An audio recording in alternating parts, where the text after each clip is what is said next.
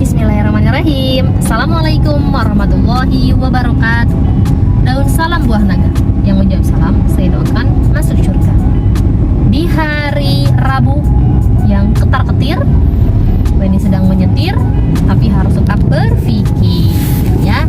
Jadi hari ini apa saja yang akan kita bahas adalah teknik impromptu. Apa itu? Nanti akan kita bahas. Sebelumnya yang belum klik subscribe, silahkan kalian untuk klik subscribe, like, komen, bunyikan loncengnya hingga berubah menjadi abu, dan share sebanyak-banyaknya ke teman-teman kalian agar video ini bermanfaat untuk orang banyak.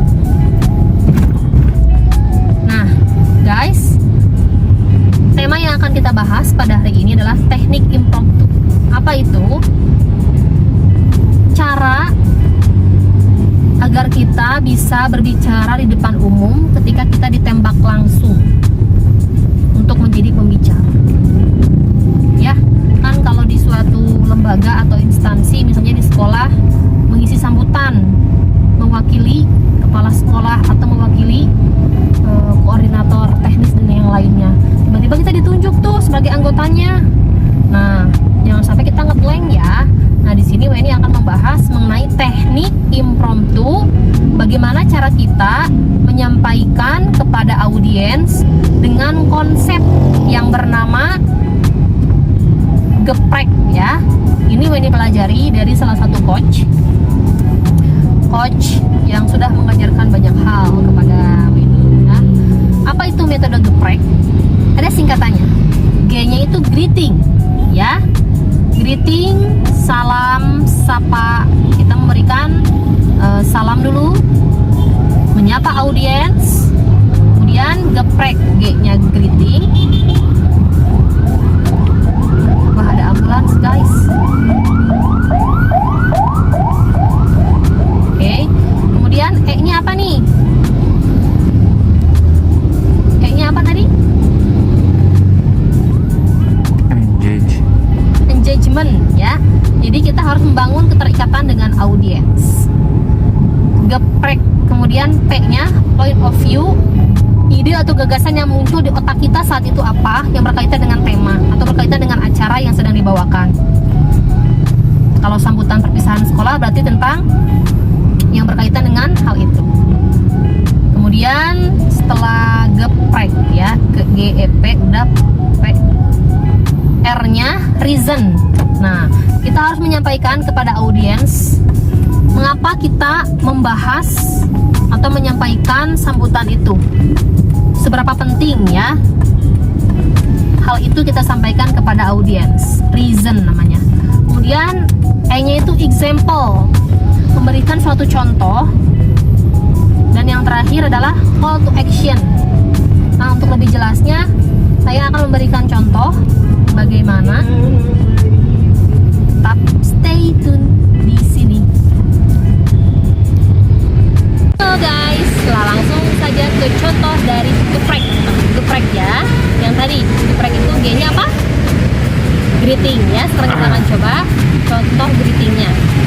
Assalamualaikum warahmatullahi wabarakatuh. Selamat pagi, salam sehat semuanya.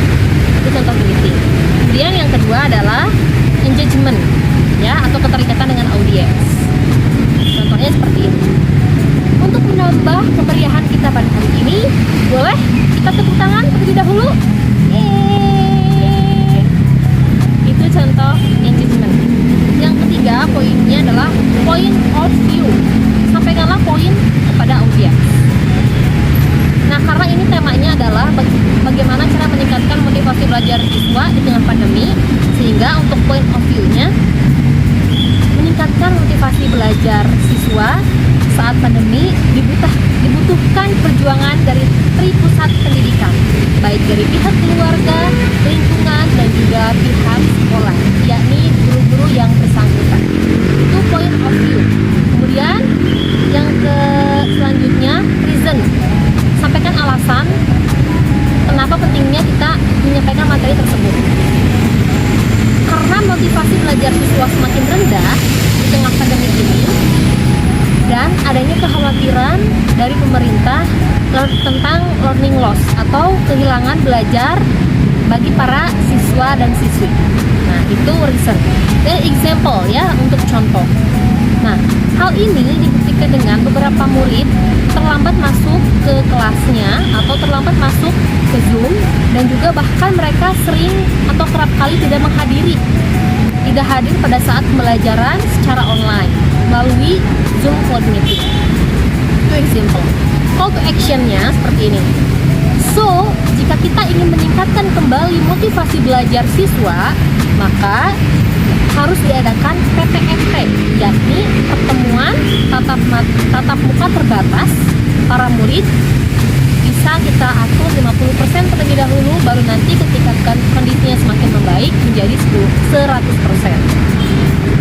Hal ini dilakukan guna mengembalikan minat dan motivasi belajar siswa. Sekian dari saya, Weni Agustin. Wassalamualaikum warahmatullahi wabarakatuh.